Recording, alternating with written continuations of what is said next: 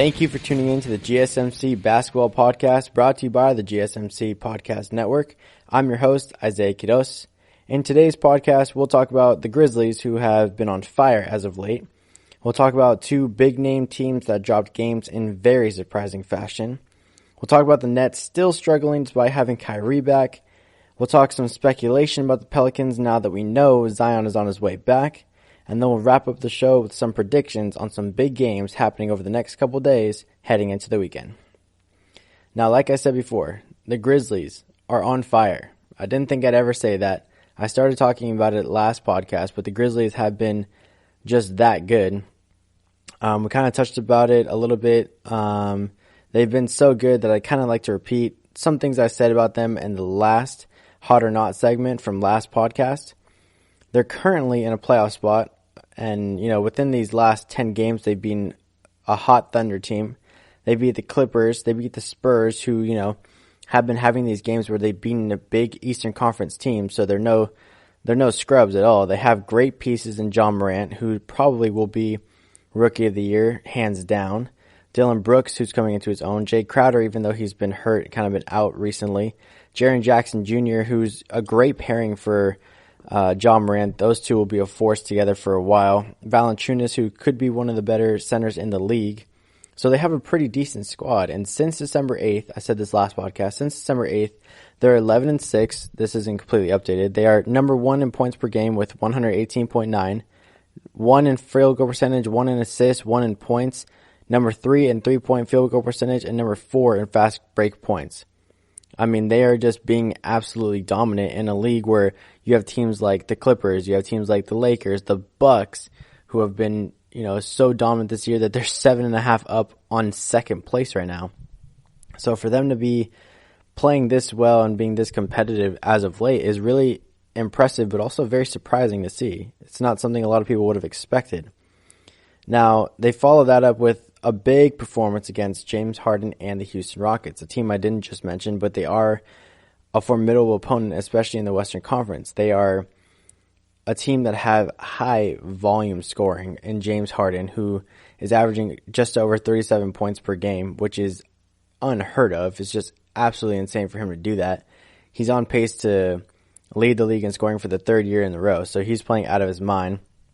And Westbrook, too, who they've added, who's just crazy athletic and has so much skill and so much explosiveness to him that they're just such a dangerous tandem. We talked a lot about the Rockets and how they're still kind of trying to figure it out, how those two will play together and how they'll be successful.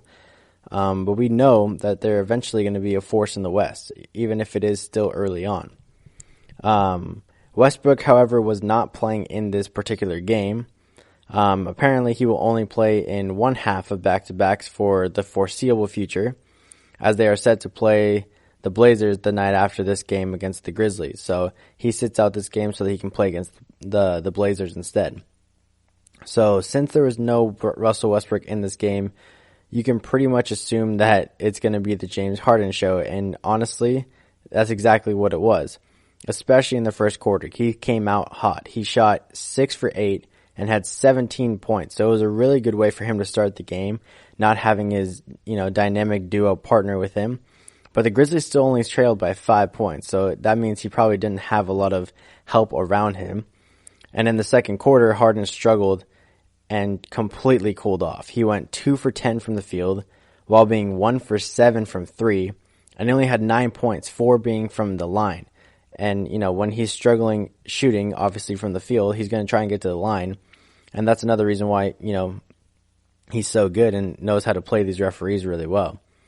John Morant had 11 in the first quarter, but in the second quarter, it was actually Jaren Jackson Jr. who kind of led the charge for the Grizzlies.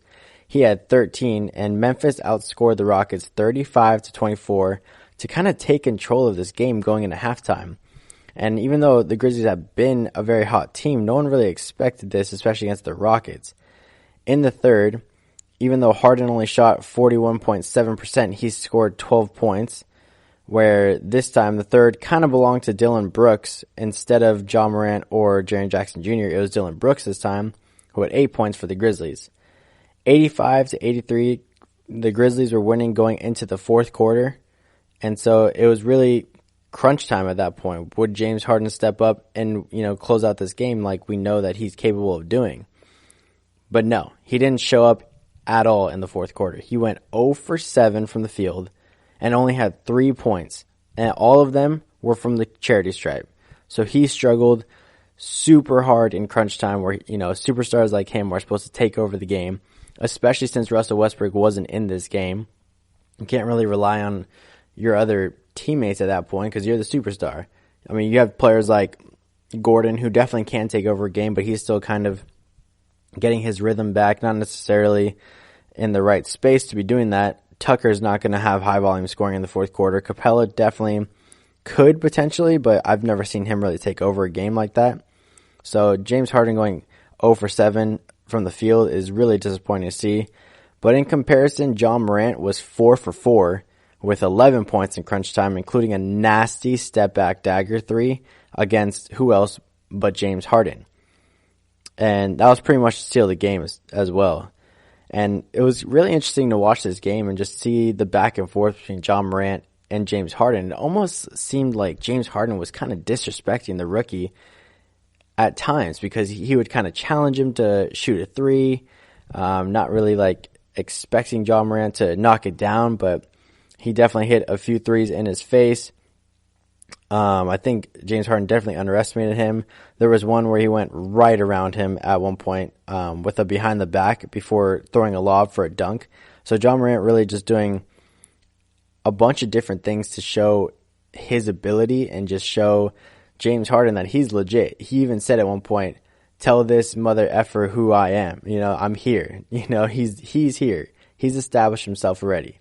It may be early on, but he's such a great player in the league already in just his rookie season. I mean, Tracy McGrady said it as well. He's going to be one of the best players in the league. He's going to be a future MVP, and I don't disagree with him at all. I think that John Morant has all the pieces to be one of the greatest players in this league in the next couple years. He could definitely take over this league because of his explosiveness, his creativity in terms of his ball handling, his ability to pass the ball. I mean, there was one point where he was driving down the lane and he did a behind the back pass to kind of distract the defender and then threw it out to one of his teammates for an empty or open bucket. So he can do that. He can find ways to score himself. He's very aggressive to the rim, kind of like a Russell Westbrook, and he slams it down on defenders where he has no business slamming it down on. And apparently he can show his range as well. James Harden dared him to shoot 3s and he was hitting them. So he definitely has a lot of pieces to his game where he can be very successful in this league for years to come. So Grizzlies get the big win. They're typically 5-14 against teams over 500, so this was a huge win for them. John Morant was 10 for 11 from the field, 26 points, 5 rebounds, and 8 assists with a steal and a block. That is a fantastic stat line.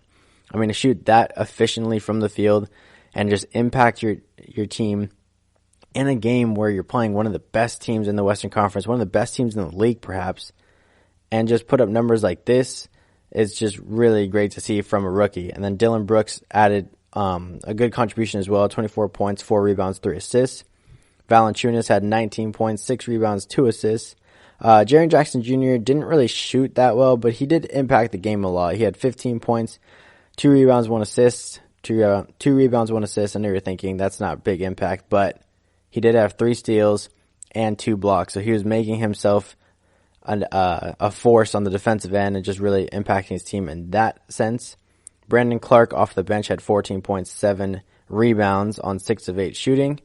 Melton added 12 to round out double-digit scoring for the Grizzlies. So they just had a lot of players that really impacted this game. And like I said, there was different times throughout the game where people took over. John Morant had the first and the fourth quarter. Jaren Jackson Jr. had the second. Dylan Brooks had the third. So at different moments, different players stepped up and helped this team be successful against a Rockets team that has so much firepower. But in this game, without Russell Westbrook, it was all James Harden. And he couldn't do it alone. James Harden ended up with 41 points. A lot of people will look at, he scored 41 points. He's the man. He's averaging over 37 and he's pushing it even higher, blah, blah, blah. But not everyone was impressed. Boogie Cousins actually tweeted saying, why are we saying, why are we hailing how good his performance was when, he missed so and so many shots? He was 13 for 37 shooting. That's awful. He had 10 points from the line. So really, if we take away the charity stripe, he had 30 points. But it was only because of the high volume efforts. He only scored 13 field goals. So this is kind of the problem I've had with James Harden in the past as well. He just hucks up a lot of shots. Of course, you're going to get a good amount of points, especially if you can get to the line as much as he gets to the line. I'm not, testing his greatness at all, because I know James Harden's one of the greatest of all time, one of the purest scorers of all time. But some games like this, I kind of look at the stats and I'm thinking, he's really just running up his numbers. But either way, he had 41 points, 6 rebounds, and 6 assists. So he did everything he could. Eric Gordon, like I talked about, still kind of getting back into, his old groove. He impacted this game pretty well. He had 23 points and 4 rebounds. And then Capella had 16 points and 16 rebounds. So he went off. That's a good contribution from the center. McLemore had 14 and Rivers had 10. But other than Gordon, they only had 6 points coming off the bench. So not enough contribution throughout the squad to propel them over a team that's, playing really well as of late. And then the Rockets lose on their way to a back-to-back, which is just tough to swallow, because now you got to muster up enough energy to find a way to play against another team. And they were playing against the Blazers. So, there's the question of, is this kind of a revenge game for Carmelo? And if you guys don't remember, he only played 10 games for Houston and only started 2 of them after people had said, like, oh, are you okay with coming off the bench knowing your role? And he's like, who, me? Expecting, of course he's going to start. He's Melo. He's a future Hall of Famer. But no, he only started 2 of the 10 games that he ended up playing with them. He averaged 13.4 points with them, which was very much a career low for him, as well as 5.4 rebounds, which is also career low for him. So that pairing Carmelo into Houston Rockets back then just didn't work out at all.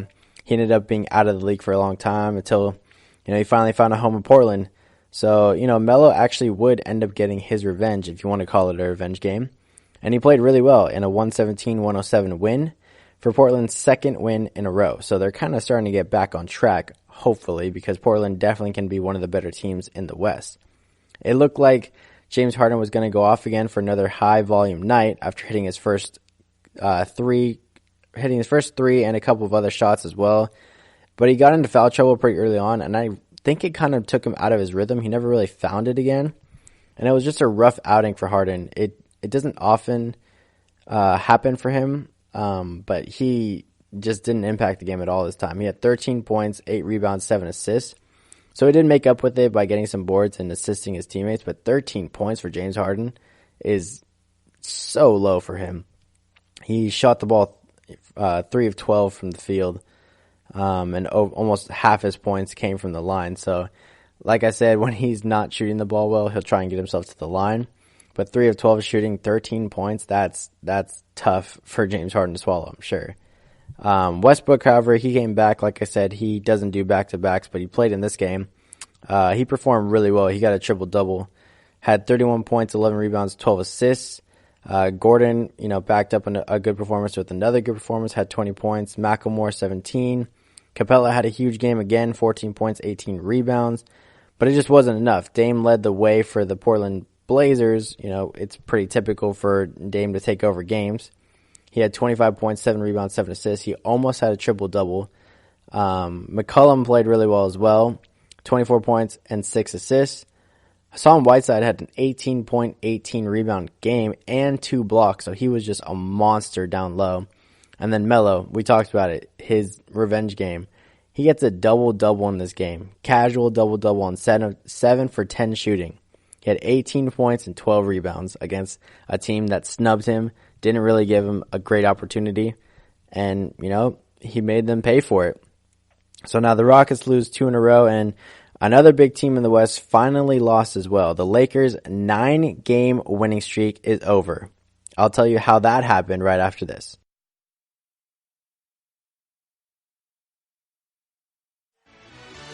Are you looking for the very best NFL and college football podcast? Then check out the GSMC Football Podcast. Get the latest football news both on and off the field. From the NFL Draft to trades to the rumor mill to the NFL Combines. They got you covered. That's GSMCpodcast.com/football-podcast. Get updates on college rivalries, game day insights, and much, much more. It's football talk the way you want it. This show eats, sleeps, and breathes football. Don't forget to like them on Facebook and follow them on Twitter. Visit GSMCpodcast.com for more info.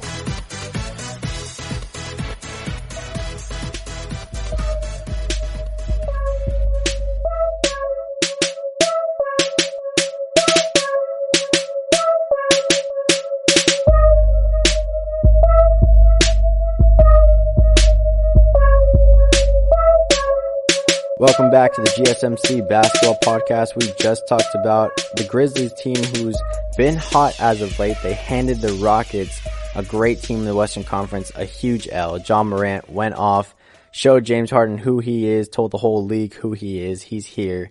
He's going to be Rookie of the Year, going to be one of the best players in this league. And then we followed up with the Rockets losing another game as well to the Portland Trail Blazers, who haven't been great this year. So the Rockets are on a 2-game skid now, and since a big team in the West in the Rockets lost, I thought it was only right that we check in with another big Western Conference team that just lost as well. The Los Angeles Lakers were on a 9-game winning streak. And it's not often I say this, but the Lakers lost. And none other than to the Orlando Magic, which I thought was crazy because the Magic aren't that good. They had a 9-game win streak going, like I said. And if they had won, obviously that would have been extended to 10. But no, now only the Jazz have the longest win streak in the NBA with 10 games in their own right. But we'll talk about how great they've been a little bit later. I think it's even funnier that the Los Angeles Lakers lost to the Orlando Magic after the Clippers just beat them. So it's like the Magic lose to the lesser of the two LA teams, at least as of right now, and then beat the better team. So that was interesting to see for sure. But here, the Lakers lose, and they were without AD, which obviously hurts, but we talked about it in previous podcasts. They can win without him. They've been doing it, and they even won a game without him and LeBron. So to lose to the Magic was kind of shocking, even though, at any given point, any team can win in the league, but still, it's the Magic. A big reason why this is so shocking is because Orlando is now the first team under 500 to beat the LA Lakers this year. And Orlando doesn't even have a good record against teams, above 500. They're 4-16 against teams above 500. And obviously, the Lakers being the first team in the Western Conference are very much over 500. So the Orlando Magic are a team that are sitting in 7th in the East right now, somewhat comfortably. They lost Jonathan Isaac to a knee injury earlier on in the season. And that's a really big loss for them since, he's in his 3rd year. He's kind of been growing into, his role, been really finding himself in this league. And he probably would have been on the all-defensive team as well. He's just been such a great rim protector and just such a great player for this Orlando Magic team, and a young one too. So he's part of that core. But they've had to play without him as of late, and will be without him for another 2 months, I believe. And the Magic now won 2 in a row after just beating the Kings, which is nothing to raise eyebrows about, but still, a dub was a dub, so the Magic will take that. They've won 8 of their last 12 games, so they've been playing pretty well, but like I keep repeating, they're not that great. They don't have pieces that should beat a Los Angeles Lakers team. This particular game was very close. It had 10 lead changes, and the game was tied 4 times. Orlando at one point, though, had a 21-point lead on the Los Angeles Lakers, a team that has a pretty good defensive rating. So how does this happen? They used a really good first quarter that kind of propelled them in this game. The Magic outscored the Lakers 35-29 in this quarter, which isn't a big margin, but this game really was pretty close as a whole. LeBron was quiet early with only 1 shot attempt in the first, so that probably didn't help them. In a game where Anthony Davis isn't in, LeBron needed to step up and provide the points that Anthony Davis always seems to pour in. he's been dominating the league this year, and he's been putting up big numbers. So LeBron is definitely somebody that needed to be a catalyst in this game to spark the offense. And, he found different ways to do that. He ended up with a lot of assists in this game. I'll get to that later, but he needs to start scoring a lot more, I think, and impacting them in that way. The Lakers did somehow come back from an 87-66 deficit in the fourth quarter, but Orlando just wasn't ready to give up this game. They weren't ready to blow this enormous lead. Gordon had a basket at the 2-minute mark that kind of ended up reclaiming the lead again for the Magic, and they just never gave it back at that point. Quinn Cook, who was a Golden State Warrior, a player coming out of the G League that's been really good, ended up on the Lakers. Him and LeBron made some threes to bring it within one, but Fultz, who had a terrific game, had 2 clutch layups within the final 40 seconds to continue extending the lead. One of them being a tough reverse layup down the lane, and the other one driving on James. He kind of went in, popped back out, and then went all the way around, and James just couldn't stick with him. He thought he was going to get some help defense, and once Fultz put it in, he kind of looked around like, where was my help? I don't get it, which is kind of interesting to see. Markelle Fultz played really well in this game. Like I said, he was the first pick in the draft a couple drafts ago, that same draft class with, I believe, Jason Tatum and Lonzo.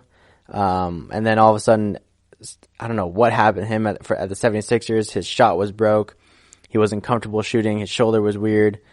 I don't know exactly the full story about what happened to Markelle Fultz. I think a lot of it had to do with his mentality. But he found a really good home in this Orlando Magic organization, and he's starting to play a lot better. And I'll talk about more about his numbers later on. LeBron ended up missing a tying three-pointer that went in and out. And so Orlando had a very impressive win.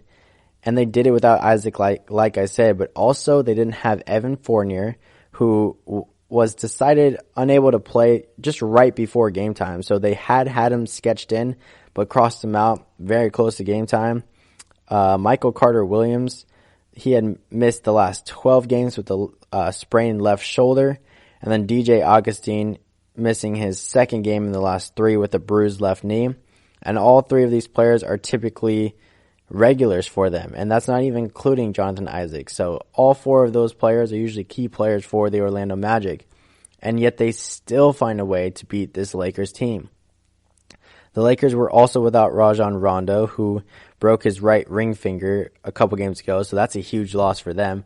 I don't know what it is about Rajon Rondo, but he's just a great player that helps, the Lakers tick for whatever reason. Even though LeBron is basically a point forward, Rondo's presence and his just veteran knowledge and his skills help this team progress and help them win. So not having him hurts. They also lost Caruso in this one in the second quarter after getting smacked in the face by Mo Bamba. He went through kind of a concussion evaluation, and it ended up inconclusive. So they're going to have to reevaluate him, I'm assuming. And whenever it comes to head injuries, they just don't even want to mess with it. So they completely shut him down. He didn't return. But like I was speaking to a little bit ago, Markelle Fultz had himself a night. He had his second career triple-double in this game. And that's a big deal for Markelle Fultz because, like I said, coming into this league, there was a lot of expectations, especially being the first pick in the draft. And for him to just go AWOL and the 76ers organization where, he was probably going to be the next centerpiece for, their organization going into the future, for him to just disappear like the way he did, and now coming back and finding ways to be successful on this Magic team that is finding success recently, and he's a part of that, is a big deal. Very big deal. He had 21 points, 11 rebounds, and 10 assists in this game. So, he's kind of finding some of that old stuff he had in college before, everything happened. And so this was a really good game for him against a really good Los Angeles Lakers team. And then Aaron Gordon, of course, high-flying dunker. He had a lot of big dunks in this game, very aggressive, which I thought was interesting because, down low they got JaVale McGee, they got Dwight Howard, they got LeBron James. But Aaron Gordon was eating in this game. He had 21 points, 6 rebounds, and 3 assists. Wes Nwundu, I think I pronounced that wrong. He had a career-high 19 points in this game. Nikola Vucevic scored 7 of his 19 points in the fourth quarter, so he was clutch down the stretch for this team, including Markelle Fultz as well, both of them really contributing towards the end of the game. On the other side, LeBron matches his career high in assists, but it just isn't enough. He finished with 19 points, 3 rebounds, and 19 assists. 19 assists. That's insane. It's literally insane. But like I said before, he needed to score more. He didn't shoot the ball great, especially from three-point range. He was 2 of 9 from 3, 22.2%. And, he took a lot of three-pointers down the stretch in the game where, they needed a big bucket. And I think he probably could have deferred to Quinn Cook, who was hot. Danny Green, who's your catch-and-shoot shooter. And I don't think necessarily he should have been jacking up threes, especially towards the end of the game, because he just wasn't hitting them most of the game. 19 points is a little low for him, especially when, I feel like he can just drive to the basket and either get fouled or get a bucket anytime he wants. So I think he needs to be a little more aggressive in that, right? Quinn Cook had a season-high 22 points, including a 3 at the buzzer. Didn't really matter at the end of the day because they were down 4, but he was hitting his threes, he was hitting points, and he got a season-high. So good for Quinn Cook. Troy Daniels and KCP both had 17 points, but KCP had 6 rebounds and 3 assists. Those two are playing really well as of late. Troy Daniels especially, who's been kind of a surprise for me.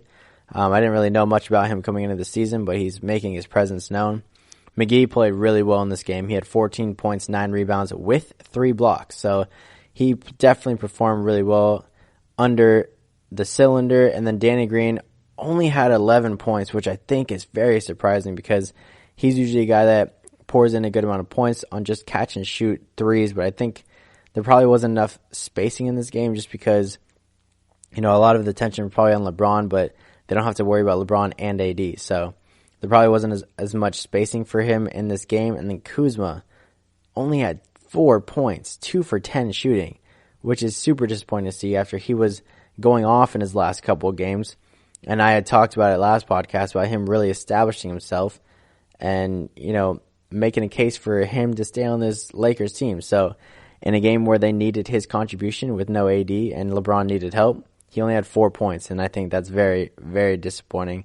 And it's a rough loss for this LA team, but I don't think it's really going to be a big deal for them. They're going to bounce back and they're still sitting relatively comfortably in first place in the West. So they don't even got to worry about it. Big team losing in the West, but after being on a 9-game win streak, they're not too concerned, especially with AD coming back and having a nice cushion in first place as of right now, like I just said. But a big team in the Eastern Conference also lost, and they fell down the table. Find out who next.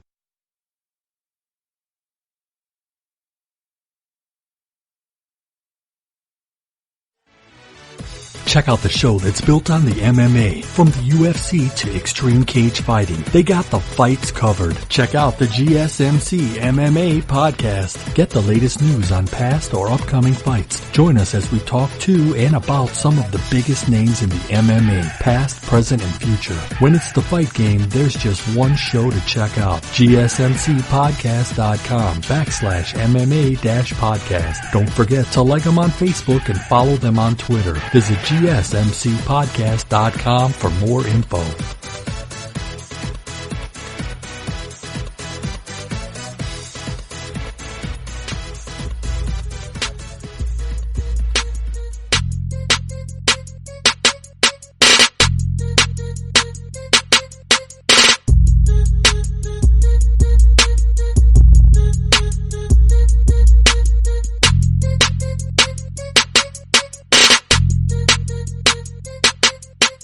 Welcome back to the GSMC basketball podcast. We just talked about how the Los Angeles Lakers dropped a game in surprising fashion. The only reason why it's surprising is because it was against an Orlando Magic team that doesn't even have Jonathan Isaac or a couple of its other key components as well. Markelle Fultz went off, got a second career triple-double, and just down an LA Lakers team that, has been pretty dominant this season. So it's very, very disappointing to see the Lakers go down like that. Definitely expected more from them. But at the end of the day, they have a pretty comfortable lead, so they're not too worried about it. We talked about the Rockets earlier losing. Now the Lakers losing, those are two big Western Conference teams losing big games. Now we're going to talk about a big Eastern Conference team losing a big game as well. The Boston Celtics have kind of been out of sorts lately. I'm not sure what it is about them, but they just haven't been as consistent as they were in this big stretch of games that took them to second place in the East. Even though they're one of the top teams in the East still, they just haven't been convincing. They've now lost 4 of their last 6 games. During that time, they lost to the Washington Wizards, who, come on now, the Washington Wizards have struggled all year long, especially with all the injuries they've had. They haven't even had Beal the whole season. They haven't had John Wall at all this season. And they don't have that many great pieces to make them a dangerous team anymore. So that's an interesting way for them to lose against the Washington Wizards. Then they lost to the Spurs, who, I don't know, for whatever reason, were just on a crazy run beating big-name teams in the Eastern Conference. That Spurs team beat the Raptors, the Celtics, and the Bucks all within a week, which is just absolute madness. So I'll give the Celtics a pass on that one. I don't know what it was about the Spurs. They were just on one. Then they lose to an Embiid-less, get it? Because they didn't have Embiid, Sixers, who were lacking confidence, and they just weren't playing well at the time. They weren't winning games as convincingly as they should have been. They fell to 6th place in the East. So then they lose to them for their 3-game losing streak. And then they respond well by destroying the Pelicans 140-105. Even though the Pelicans were missing some key veterans like Redick and Holiday, but the Pelicans nevertheless had been killing it and playing really well. They still are playing really well. I'll get to that later. So they beat them very, very convincingly. Then they beat the Bulls rather convincingly as well, but then they lose to the Pistons. To the Detroit Pistons. I don't see how that's possible. This is just as baffling as the Lakers losing to the Magic. They fall into 3rd place, having one less game played than the Heat right now, so they could technically jump back into 2nd with one more game played. The Celtics are 20-5 against teams under 500. But I just named 3 teams that are under 500 that they've lost to in their last 6 games. So how does that happen? Because before that, if you take that away, they're 20-2 against teams under 500.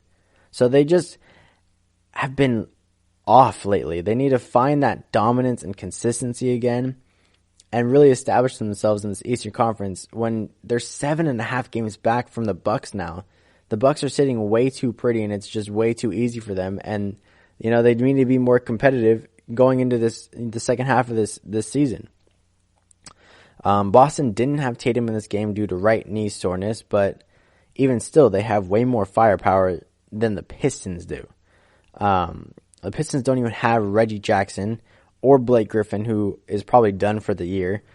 And then Drummond, it really, at the end of the day, is kind of just a lone star. I mean, you have Derrick Rose on this team, but even though he's been playing really well as of late, he's not a big-name star anymore. So I don't think just Derrick Rose, not fully prime, and Drummond should beat a team like the Celtics, who have Jaylen Brown, Gordon Hayward, Kemba Walker, and just so many more pieces that they should be winning this game. The game was very back and forth with 14 lead changes and the game being tied 10 times. But the Pistons used a really strong second half to kind of bury the Celtics. They got outscored 59-44. The largest lead at one point being 21 points. And this is with the Pistons being as poor as they are and with Boston having one of the best defenses in the league. They have a 105.5 defensive rating, putting them at 3rd in the NBA. And they're giving up that many points. They're losing this badly to the Detroit Pistons, who don't have a great offense at all. It just doesn't add up. I don't get it. The Celtics had the lead going into the second half and even were competitive for most of the third, and then they just collapsed. Hayward really was the only one who could score. He had 13 points. But the Celtics lose this one 116-103. Their top performers, they performed pretty well. Gordon Hayward, surprisingly though, had the most points. 25 points and 7 rebounds with 2 steals. If they can get more of this contribution from Gordon Hayward, they bring Jason Tatum back. They're still led by Kemba Walker, and Jaylen Brown starts coming into his own as well. this Celtics team can make a run for the Eastern Conference Finals, and they can definitely combat the Milwaukee Bucks. Even though they've been so dominant, the Bucks have been more consistent for sure, but if you match those two teams up, with Gordon Hayward getting back to his old ways and playing the way he's capable of playing, this Celtics team can be really dangerous. And Hayward showing that he can play this well when his team's struggling is definitely important for the Celtics to see. Jaylen Brown is the same case. He played really well in this game as well. He had 24 points, 12 rebounds, and 2 assists. I definitely think he can get more assists up, especially since he'll probably be touching the ball a lot more now that Jason Tatum wasn't in this game. But for him to pour in 24 points is definitely good. He needs to do that more consistently because I've seen games where he kind of just disappears. So he needs to be more aggressive early on and really attack the basket. Kemba Walker kind of disappointed me in this game. Against the Pistons, he had, the matchup he probably should have had against Derrick Rose. He's the better of the two players. Kemba had 19 points, 2 rebounds, 2 assists. I think he definitely can score more. There's no doubt about that. He's just so crafty and can extend his range as far as he wants it to go. And then 2 rebounds. You can definitely grab some more boards. That's just high effort play. And then 2 assists. You're the point guard, man. You're leading your team. He should be taking over the game and helping his teammates get easy buckets. So I think this was definitely a disappointing game for Kemba Walker. I think that had a lot to do with the fact that the Celtics couldn't come away with this game. But another reason why is because after that, there really were no major contributions. And the next highest scorer for the Boston Celtics had 9 points. That's tough to swallow for sure. There were 2 players with 9 points, and then after that it went down to another player having 6, I think. So there really just wasn't any high volume scoring other than, their big name players. And without Jason Tatum adding in another 20 maybe or 30, and it was tough for them to get over the hump. On the other side, D Rose, he showed up and he showed out. He was playing phenomenal. He had his 7th consecutive 20-point game. That's so great to hear for Derrick Rose. I mean, I was such a big fan of Derrick Rose when he first came onto the scene. One of the youngest MVPs of all time, if not the youngest. I can't really remember. But he was so explosive. He was just a more controlled Russell Westbrook. He was so good. Had so many different elements to his game that just made him dominant. He was so fun to watch, dunking on people all the time. And he was just a fun player to watch. And it was really heartbreaking to see him go through the injury the way that he did. And him trying to come back and finding different places in which he in like the Timberwolves where he kind of started to come back. He showed flashes of being the player he once was. But now to have 7 consecutive games with 20 points, I don't want to jinx him, but I really, really hope this is the turnaround for him. Detroit is a lost cause, but it's a good place for him to just establish himself again, get more comfortable playing and playing, consecutive games and playing consistently. He had 22 points, 2 rebounds, 6 assists. It's a really good game for Derrick Rose, and I hope to see more of him. I hope this streak continues for him. Dem Booyah, their rookie, ended up scoring 24 points, so he had a big game coming out against a big team. Luke, I think I said that right, had a career-high 21 points with 5 assists. So I don't know what it is about these, lower caliber players. Not to say that obviously they're not great players because they're in the NBA, but not high, all-star caliber players are having big performances against these big teams. And then Drummond, of course, all-star caliber player. He's had 13 points, 13 rebounds, and 7 assists with 3 steals and a block. He was a monster. I mean, just a force on the defensive end, getting on the boards the way that he does. He was playing really, really well. And then Markieff Morris, coming off the bench, had 23 points. So they really just, as a whole, had just more high-volume contributions. And at the end of the day, the team that scores more is going to win. And because great offense is always going to beat great defense. So the Celtics couldn't get as much going as the Pistons did, so they fall in this game. They fall to third with 1 less game played than the Heat, like I said, who are now in second again in the East. And the East continues to stay tight. 2 through 6, it's so close. And another team trying to get back into that mix right now, that kind of have their star back is the Brooklyn Nets, who just got Kyrie back. But unfortunately for them, they've lost their last 2 games, even with Kyrie. I break it down coming up next.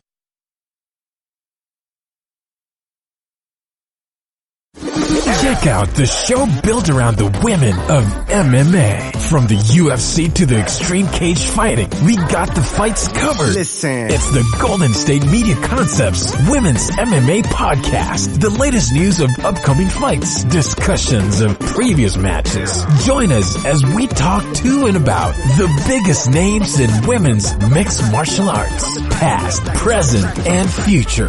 When it's the women's fight game, you know where to listen to. The Golden State Media Concepts Women's MMA Podcast.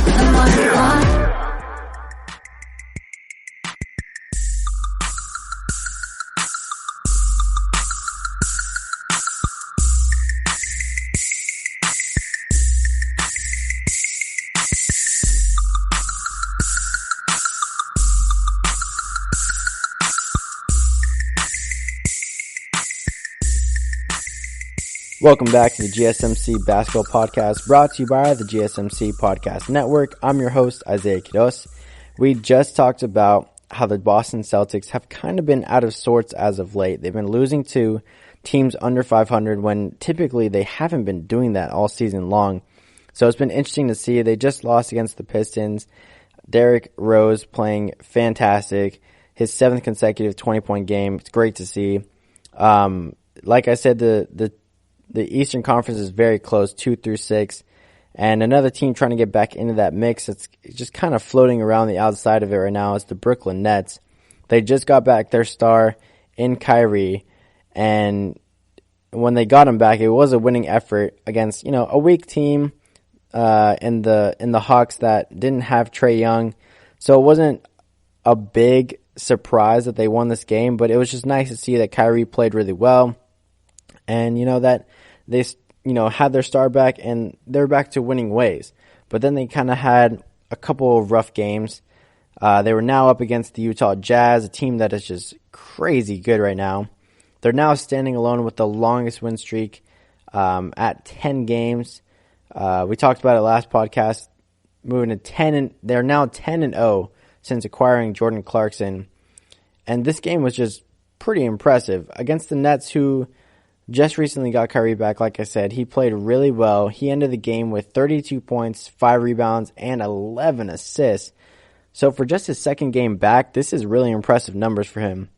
And for him to go off like this, 11 assists, helping out his teammates, even though he hasn't been playing alongside them very much, is really impressive. And it just speaks to Kyrie's greatness. And he's one of the best point guards this league's ever seen, probably.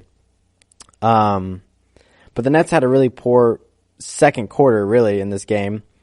That, they got outscored 29-19, and the 4-point deficit that they faced after just one quarter suddenly became 14 by half.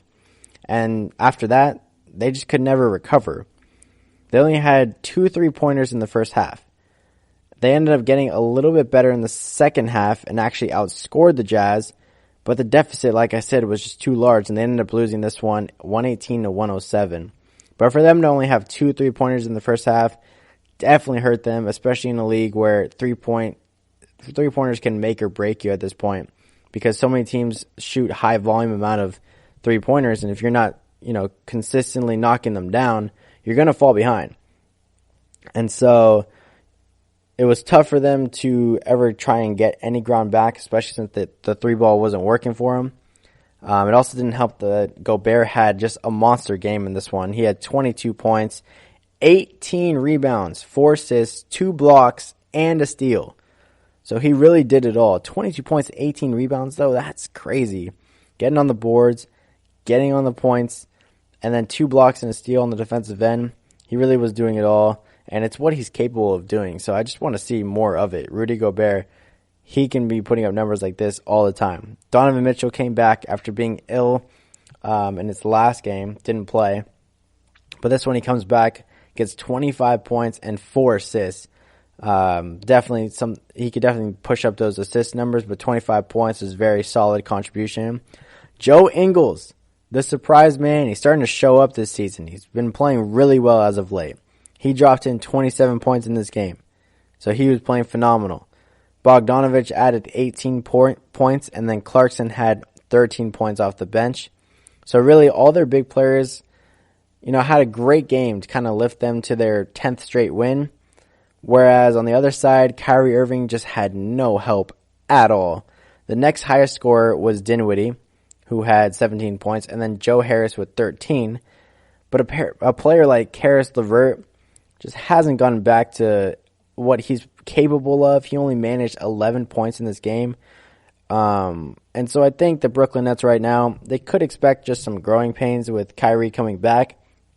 There's a lot that Kyrie brings to the table in terms of, the way he plays, his points production. He got the 11 assists. So a lot of things are great with him being there. You bring your centerpiece. But the chemistry is different when you bring in another player, especially such a ball-dominant player. Your rotations are different. Kyrie starts taking all of the shots. So, how they were playing before, they start getting out of that rhythm because he kind of disrupts that, kind of changes that. And so I feel like, especially against a team like the Utah Jazz, who are just clicking right now and just playing extremely well. Obviously, they had 10-game win streak right now. It's kind of tough for the Brooklyn Nets to really get the ball rolling. And I think they definitely could use a few games, couple weeks to really understand each other, really start playing well together.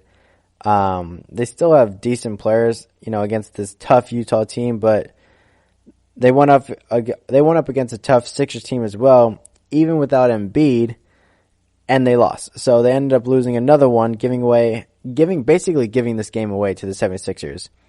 I think, this was a back-to-back, so I was honestly very surprised they had Kyrie Irving playing because, like I said, he had just come back recently, and he hasn't been playing that consistently this season. So for him to be playing a back-to-back after coming back from an injury, I don't think was smart for him because, he's just not in the rhythm or in the shape, I would assume, to be able to keep up in a back-to-back like this.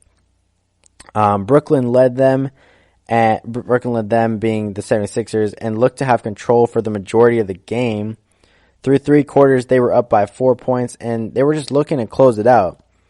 But then their offense just could not buy a bucket in the fourth quarter. They just straight up collapsed. After having a pretty strong game and being very competitive, they just lied down. They ended up getting outscored 31-16 in the fourth quarter. I don't know what happened, if it was the fatigue from a back-to-back or what, but it was just a tough way to end the game where they were in it the whole time. They kind of kept it close towards the end of the game, but Tobias Harris, he closed out this game. He kept getting clutch bucket after clutch bucket to keep extending the lead and keeping the Nets at bay. And like I said, he just completely took over the fourth quarter. The Sixers went on to win 117-106. Harris, like I said, had 34 points, 10 rebounds, and 3 assists. This is what I expect from Tobias Harris. This is what he's capable of. I don't think he shows it enough because, he's on a team where Ben Simmons is very ball dominant. Embiid's going to want the ball a lot too. But now that Embiid's out right now, I think this is a good time for Tobias to really start asserting himself and being very aggressive and, taking over this team because he definitely has the capability of doing so, apparently. Ben Simmons played really well in this game. He had 20 points, 6 rebounds, 11 assists. Definitely the numbers you expect from him. I would have expected a lot more boards, though, just because Embiid isn't down low, so I expect him to grab those. But nevertheless, good contribution. Josh Richardson had 15 points, 5 rebounds, 2 assists, a steal, and 3 blocks. So Josh Richardson was everywhere, doing everything. He's really starting to come into his own in this league, and especially on this Sixers team. I feel like he's a great piece for them, and he's been very consistent this year. Al Horford, one of his better games of the year, and he hasn't had a lot of them, but he plays a lot better when Embiid's not on the floor. He had 14 points, 8 rebounds, 6 assists with 2 steals and a block, and I don't know what it is, but like I said, he just plays way better when Embiid's not on the floor, and I think it's just because, he has more space to do what he wants to do. The two benches between the Sixers and the Nets were only separated by 1 point in terms of production, so really it just came down to the starters, and the Sixers starters, they performed. On the other side, the Nets, they didn't necessarily all perform. Irving struggled in this game, and I'm assuming it's fatigue. I'm going to give it to the back-to-back. I don't think he was ready for it, and it proved in his numbers. He was 6 for 21. He had 14 points, 6 rebounds, 4 assists. He did have 2 steals and a block, so he was kind of high effort on defense, playing well there. But after scoring 30-plus points in his last game, to go from that to 14 points on 6 of 21 shooting, that's definitely got to be fatigue. Definitely got to be just not used to playing back-to-backs. And so him not producing is going to be tough, especially down the stretch against the Sixers team that's being led by Tobias Harris just going off. Dinwiddie actually led the way. It's good for him. Good for him to keep playing the way he was playing before Irving came back. He had 26 points, 2 rebounds, and 8 assists. Jared Allen, the center man, played really well. 17 points, 10 rebounds. Very quiet, casual double-double. Taurean Prince was 3 for 4 from three-point land. Had 15 points, 7 rebounds with 3 steals, so he was everywhere. And then LeVert only had 12 points. So I don't know what it is with Karis LeVert, but he's got to find a way to impact the game the way he is capable of, and he just needs to step it up a little bit more. But it's clear that the Nets are still working things out. Even Kyrie had something to say after the game. He said, quote, "It's pretty glaring we need 1 or 2 more pieces that will complement myself, KD, DJ, Garrett Temple, Spence, Karis, and we'll see how that evolves." But when I read this, I honestly think this is a very big overreaction. I think it's making excuses, honestly, because you don't even have your big piece in Kevin Durant yet. You haven't seen what this team can do when it's all together. You've had pieces out multiple times this year. This is only Kyrie's 3rd game back. So how can you expect things to just fall into place like that? It's glaringly obvious that you need a couple more players. Why? Why is it that obvious? You haven't even played with KD yet. You haven't even played with this team as consistently as, other stars in the league have. You got to build that chemistry first before you just go shopping. I think LeBron maybe gave him that mentality that you need to go out and buy your teammates. But they have good pieces here at the Nets. I don't think they need a couple more pieces, especially when KD comes back, because he's a walking bucket. Whether or not he's going to fully come back to being the KD he once was, he's still 6'11" with a crazy wingspan and can play a slower game like Dirk Nowitzki and still put up numbers. He's a pure scorer. He's going to find the basket. And so I think for Kyrie to say this is kind of disappointing to see, especially since, a lot of people question his leadership. Your team isn't what it's going to be next year. And I don't think Kyrie thought about that before he said this quote. Because when KD comes back, he's going to have huge impact, and it's going to be different. It's obvious that KD won't return this year from injury, so the Nets will have to wait to see their real full potential, in my opinion. But a team that doesn't have to wait a full year is the New Orleans Pelicans. That's right. Zion Williamson is coming back, and he's coming back soon. So stay with us. We're going to break it down.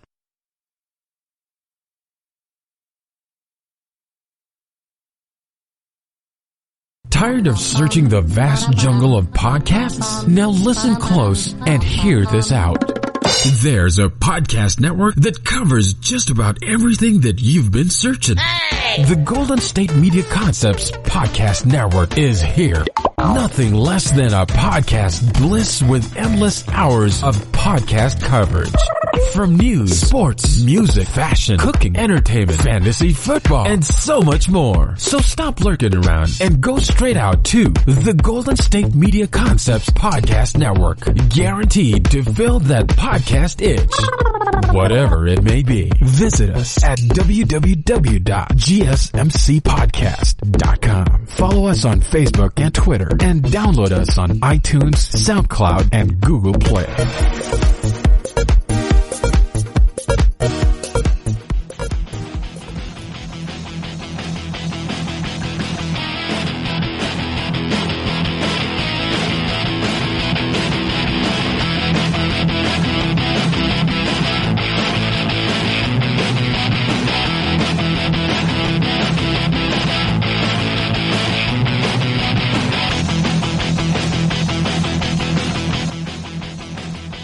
Welcome back to the GSMC Basketball Podcast. We just talked about how the Brooklyn Nets, despite having Kyrie Irving back, has been struggling as of late. They did play a hot Utah Jazz team where Irving did play really well. He just couldn't get help from his supporting cast. And then they played a 76ers team where they kind of just gave the game away. They had a big lead at one point during the game, but then Sixers came back, took it over in the fourth, shut them out, and shut it down. And so the Nets are still very much a work in progress. Don't even have their big piece in KD back. They won't have him back till next year. But a team that has a big piece coming back very soon is the New Orleans Pelicans. Zion Williamson has been out for quite some time, like we've talked about previously, like most people know if you've been tuned into basketball. But now he has a set return date. He is set to return and make his debut against the San Antonio Spurs January 22nd. That's right around the corner. That's extremely soon. That's next week. Apparently they never considered sitting him out all year. There was speculation that maybe they just shut him down and just not even bring him back. But since they're kind of competitive, they never really considered that. Obviously Zion was very frustrated, sitting out as long as he did. You know, it takes a lot of patience to be sitting out as long as he has. But David Griffin, president of basketball operations there at New Orleans Pelicans, kind of hoped that he would understand the need to take it slow and just make sure that they come back the right way, come back strong so that this wouldn't happen again. It's been tough for him to kind of practice with the schedule that the Pelicans have had because they've been on the road, they've been playing a lot of games, so they haven't had time to really have full team practices, so it's been hard to really test where Zion's at. He first returned to full practices January 2nd, and he was first playing 5v5 January 7th. So he has been making a lot of progress. And it's just good for him to have a target date because anytime anyone sees Zion Williamson, the first thing they're going to ask is, so when are you coming back, dude? And he has no idea because David Griffin has a bigger plan and has been sheltering him and shielding him and wrapping him up in bubble wrap because he is the future of the franchise. So he hasn't known, and it's just good for him to get that off his chest and tell him, I'm coming back this time. And to get them all to chill, basically. And he had back when he was first evaluated, he had a 6 to 8 week timetable. And he's 13 weeks post-op right now that he had in October 21st. So they want him to succeed, and they understand his frustration with sitting out as long as he had. But this is best case scenario for him because, you know, the Pelicans are starting to grow that chemistry even without him on the floor. Really giving him time to just, you know, really strengthen that knee and make sure that he's fully good because you don't want to just rush into things, mess it up more because then your career could be over just like that. It was kind of funny though. It's very poetic in a way. His final preseason game was against the Spurs, and now he's returning against the Spurs in his first NBA debut. So very poetic in that sense. They've been working a lot on his flexibility, and then his strength with the flexibility. So for him to be able to do these new things, they also wanted to strengthen his body, so that the body knows that he can do these things that are different. But they don't necessarily see a hard minutes restriction for him coming back into these games. They're kind of going to play it by ear. They're just going to see how he does game to game and just evaluate him as he plays. There's potential that he might sit out back-to-backs, which would make sense because there's no real need for him to be playing as consistently as the NBA season asks of you. If he does feel strong enough, I'm sure eventually they're going to be okay with giving him the green light on back-to-backs, but to start out, there's definitely no need. But the team that he's joining is an interesting team to me because they were on that big losing streak early on in the season, and I was kind of shocked. Even without Zion, they had a lot of good pieces, and I was wondering why it was that they weren't performing as well as I thought that they could be. And now they're starting to do that. They're 7-3 in their last 10 games. They're in third to last in the West, but they're only 4 games out of being a playoff team. They have players like Lonzo Ball, who has been playing some of his best basketball in the NBA as of late. He could be a walking triple-double, to be honest. Brandon Ingram, who's going to be one of the most improved players this season, going to be up for it, probably up against Shai Gilgeous-Alexander. Drew Holiday, who's a great point guard in the league, very great veteran presence and leader in that group. Redick, who also is a veteran, just a great catch-and-shoot shooter. Derek Favors, another good veteran. They got Josh Hart and Jackson Hayes, who's just a great high-flying player. They have a lot of good pieces. This Pelicans team can be very, very dangerous. And because they've been playing so well, and they're going to be adding Zion Williamson, it just adds a different dimension, a different spark, a different energy, because obviously there's a lot of buzz around Zion and what he can do, what he's capable of. And he's going to back that up. I hope a lot of people know he's going to back that up. His numbers in Summer League were great. And that's just Summer League. So when he comes back onto this Pelicans team that's really been clicking as of late, I feel like he's just going to fit right in. And he's going to start dominating because he just brings a different element to their game. Just a different force. And, they've been playing really well, like I said. Their most recent game was against the Pistons. And they won this game 117-110. Obviously, the Detroit Pistons are not that good. We talked about it. But hey, they just beat the Boston Celtics, so they obviously are doing something right. Okafor actually in this game played phenomenal. He had 25 points, 14 rebounds, and 5 assists with 3 blocks. You don't hear Okafor's name a lot. He was kind of a forgotten player on the 76ers. They didn't really give him a chance after a couple of disappointing seasons. But he has so much potential to his game, and I think that he's definitely slept on. He's a player I've never even mentioned when talking about the Pelicans because, I sleep on him too, to be honest with you. But for him to put up these numbers, really establish himself, and just show that he still has got a lot of potential in his game is making a statement for sure. The next highest scorer was Nicolo Melli, who had 20 points, 3 rebounds, and 2 assists. Who is Nicolo Melli, by the way? It's crazy. Lonzo Ball had 17 points, 12 rebounds, and 9 assists with 3 steals. He did have a good amount of turnovers, but we're not going to mention that. He was really close to getting a triple-double. Like I said, I feel like this guy could be a walk-in triple-double just because of how athletic he is. He can definitely get on the boards. He is such a fantastic passer. He can literally find passes out of nowhere that people just would never even see. I remember watching him at UCLA and just thinking that this kid was going to be great. And he's starting to find the bucket a lot better too. His shot was broke coming into the league. We all know it. But he's found a way to fix it and get comfortable with his new shooting form. And his numbers are starting to show it as of late. And then Etuan Moore had 16 points, 7 rebounds, 3 assists. Frank Jackson had 13 points. So they did all of this, and they won this game against the Detroit Pistons without Favors, Ingram, and JJ Redick, who are all out with sickness. And without Drew Holiday, who is hurt right now. But imagine Zion is playing in this game.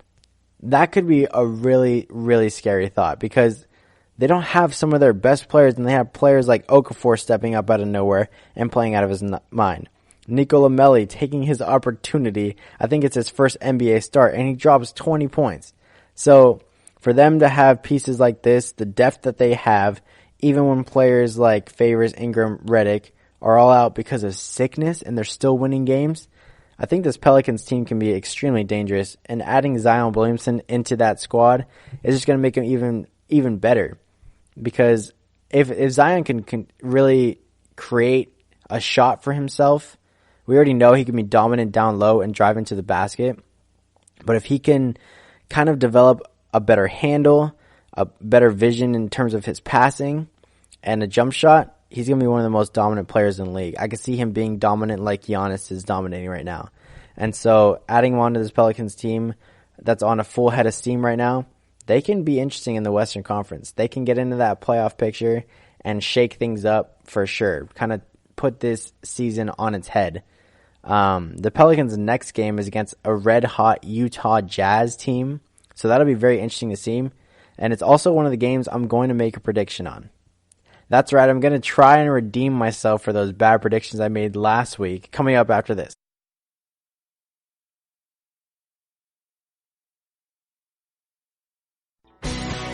Are you looking to get your college football fix? Looking to get the latest news on your favorite school's team? The GSMC College Football Podcast is your ticket to all things college football. Join us as we talk college football from the national championship, the college rivalries, the bowl game, to the Heisman Trophy. To which conference is the best? We've got you covered for the Big Ten, SEC, Big 12, the Pac-12, ACC, and everything in between. Download the GSMC College Football Podcast on iTunes, Stitcher, SoundCloud, Google Play, or anywhere you find podcasts. Just type GSMC in the search bar.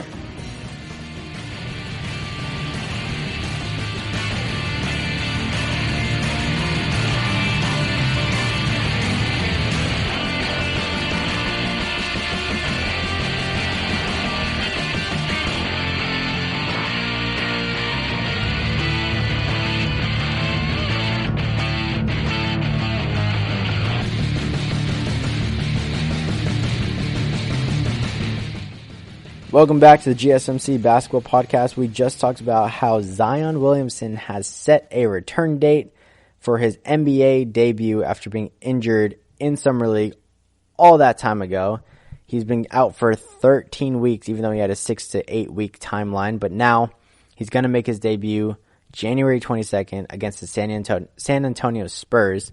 So it's definitely going to be a highly anticipated game. Everyone's going to be watching because, you know, he's the first pick in the draft. He's a generational talent. People are hailing this kid as the next big thing. And he's joining a Pelicans team that's kind of been hot as of late. So it'll be definitely interesting to see. I'm not sure exactly, how well he's going to do. He's been out for a long time, so I don't expect too much from him. But I definitely think, he can add a lot to this team that's already been kind of rolling. And it's going to be tough for them in their next game without him because they're going up against a Utah Jazz team that has just been really rolling. They've been winning and winning and winning. They've won their last 10 games, 10-game win streak. And they're one of the games I'm going to be talking about. But first, I'm going to talk about the Celtics versus the Bucks happening on Thursday. The Celtics just lost to the Detroit Pistons.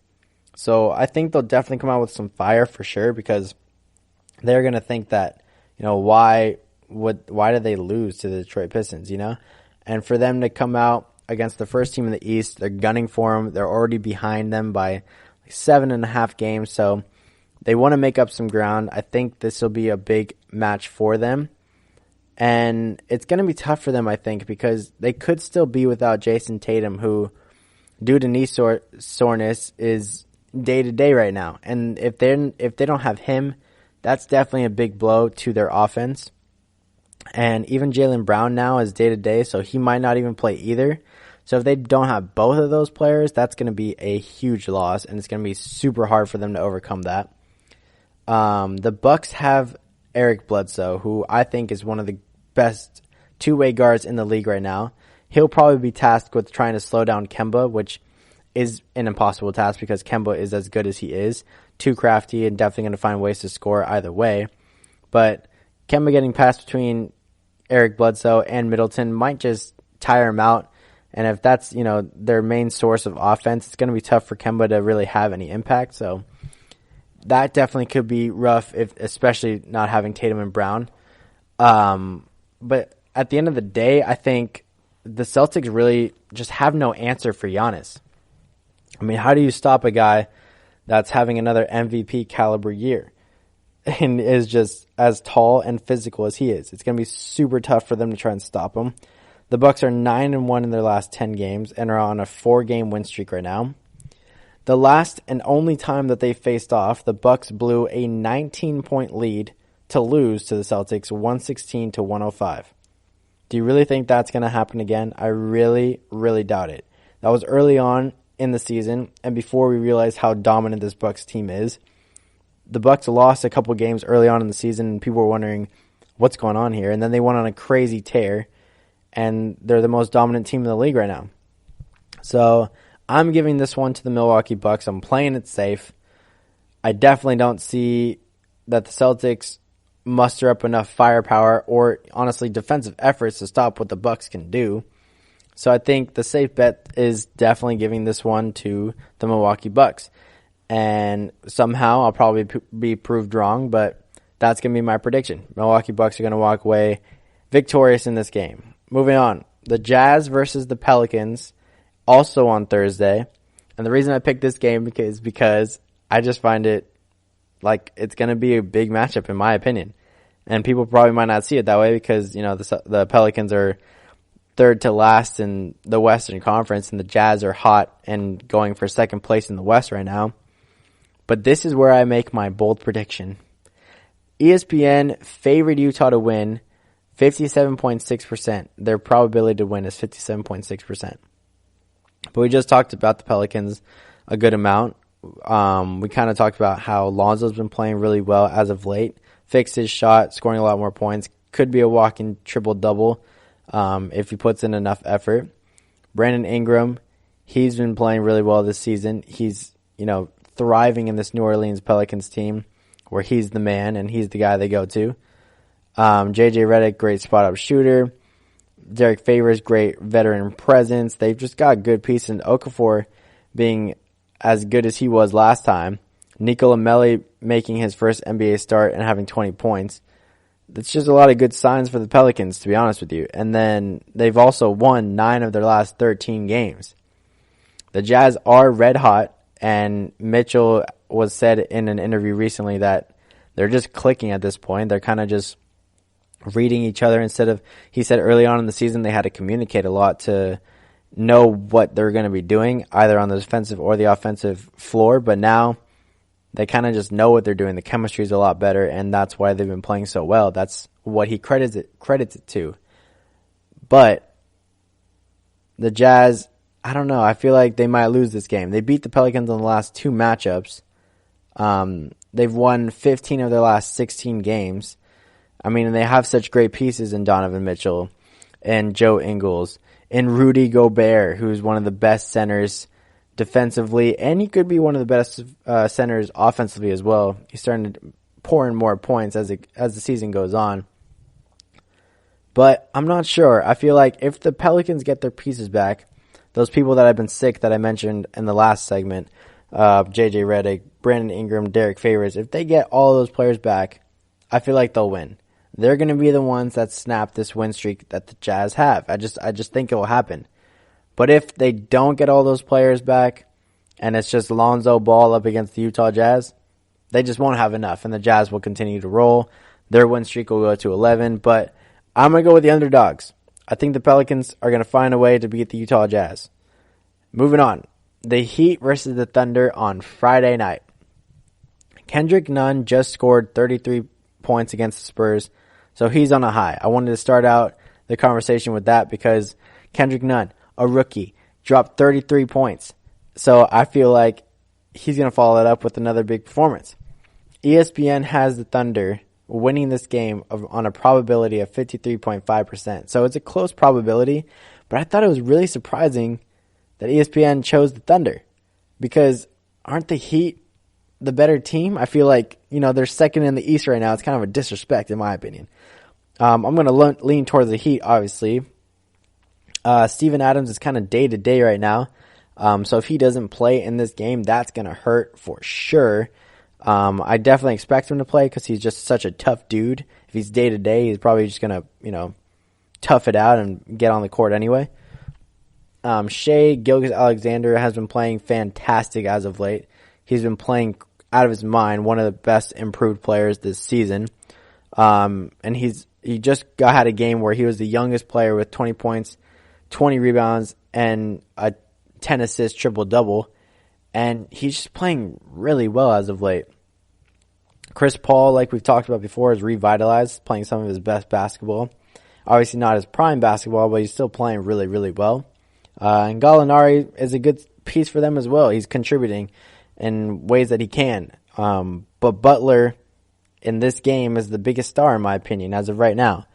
I don't think anyone matches him in star power if he plays the way that he's capable of playing. Just straight dominating and being just a bully on the court. I feel like he can beat anyone. He's a great two-way guard as well, so he can stop whoever he's marking on the defensive end and then pour in some buckets on the offensive end if, he steps up. Adebayo is also a great center. He's really come out into his own this season, and if there's no Steven Adams because of his day-to-day, if he's deemed out, Adebayo is going to eat and just going to destroy them down low. But if Steven Adams is in this game, it's going to be a great matchup between these two because Adebayo is definitely known for getting a lot of boards, and obviously Steven Adams is too, so they're going to be a great battle between those two. Hero and Nunn have been torching teams all year long. I don't care that they're rookies. They've been playing extremely well and above themselves, honestly. And then Dragic, too, is, a veteran. He's going to have solid contributions in this game. So with the Heat getting into second in the East recently, I know that they won't want to let that go. So I feel like they're going to get up for this game. They're really going to take it to the Thunder. And even though the Thunder team is hungry and they want to climb up this Western Conference, I just don't think they'll have enough. So I'm going to give this game to the Miami Heat. And then last, certainly not least, probably the most big game coming up in the next couple of days is the Lakers versus the Houston Rockets on Saturday. This, to me, is going to be a huge game. Huge game. Who has more firepower? It's going to be crazy to see. I really, really hope AD is back in time for it. Right now, he's listed as just straight out because of his back/tailbone injury. But I feel like he's been so close to coming back in the last few games that they'll want to get him back for this game. The Lakers will have had a few days off after losing to the Magic. So that's a lot of rest time, a lot of time to think about this loss that they definitely shouldn't have taken. Houston as well, they're going to have a big rest period too after losing to the Blazers and being on a 2-game losing streak, so they're going to want to regroup. And both of them coming off a big rest, they're both charging up for this big matchup, and I think it's going to be fireworks in this game. The Rockets definitely have more firepower in terms of just pure scoring, with James Harden, Russell Westbrook, Gordon off the bench. But I think the Lakers are just too much of a force, honestly, especially if AD is playing this game. Capella will be constantly going against different big men in Dwight Howard, JaVale McGee, LeBron James will be down there. Anthony Davis, if he's playing, he'll be down there. So I think Capella will kind of fold in this game, and he won't be as impactful as he usually is. And then LeBron is just on another level with his passing ability this season. He just tied his career high for assists with 19. So if he's getting Anthony Davis back after a performance like that, he's going to go off. It's going to be crazy. And then Davis coming back, he might be a little rusty, but he's going to come back hungry. And, Quinn Cook is coming off a season high, so he could continue that. There's no way Kuzma has a measly 4-point game again, especially if Anthony Davis is going to come on. It's just going to heighten his game, and he's going to be hyped up for it, especially against the Houston Rockets teams that's as good as they are right now. I feel like Dwight Howard is definitely an X factor. He'll be a brute down low, kind of bully whoever is going up against him. On the other side, though, James Harden, he won't play as poorly as he did last time. But what he brings to the table won't be enough. It's not enough team-oriented effort from the Rockets. Russ will contribute, but he won't be able to take over this game just because he'll have so many different people looking at him on the defensive end. Not having Rondo for the Lakers definitely is going to hurt, but I think it'll be fine because, LeBron James is the point forward and he's going to carry the team. Tucker for the Rockets, he won't do that much, I don't think. But Gordon could be the X factor. If he can pop off like he's definitely capable of doing, I could see the Rockets coming out on top and stealing this one, but honestly, this game is a toss-up. Even ESPN has it super close. They have it of a probability of 50.8% for the Lakers to win this game. So they have the edge by 0.8%. That's insane. So I'm going to say this. If AD doesn't play, the Rockets will win. If he does play, the Lakers are going to win. And that's my final word. That's going to do it for this podcast. Thank you for listening to the GSMC Basketball Podcast brought to you by the GSMC Podcast Network.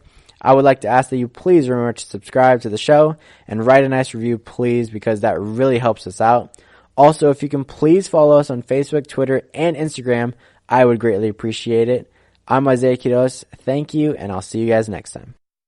You've been listening to the Golden State Media Concepts Basketball Podcast, part of the Golden State Media Concepts Podcast Network. You can find this show and others like it at www.gsmcpodcast.com. Download our podcast on iTunes, Stitcher, SoundCloud, and Google Play. Just type in GSMC to find all the shows from the Golden State Media Concepts Podcast Network, from movies to music, from sports to entertainment, and even weird news. You can also follow us on Twitter and on Facebook. Thank you, and we hope you have enjoyed today's program.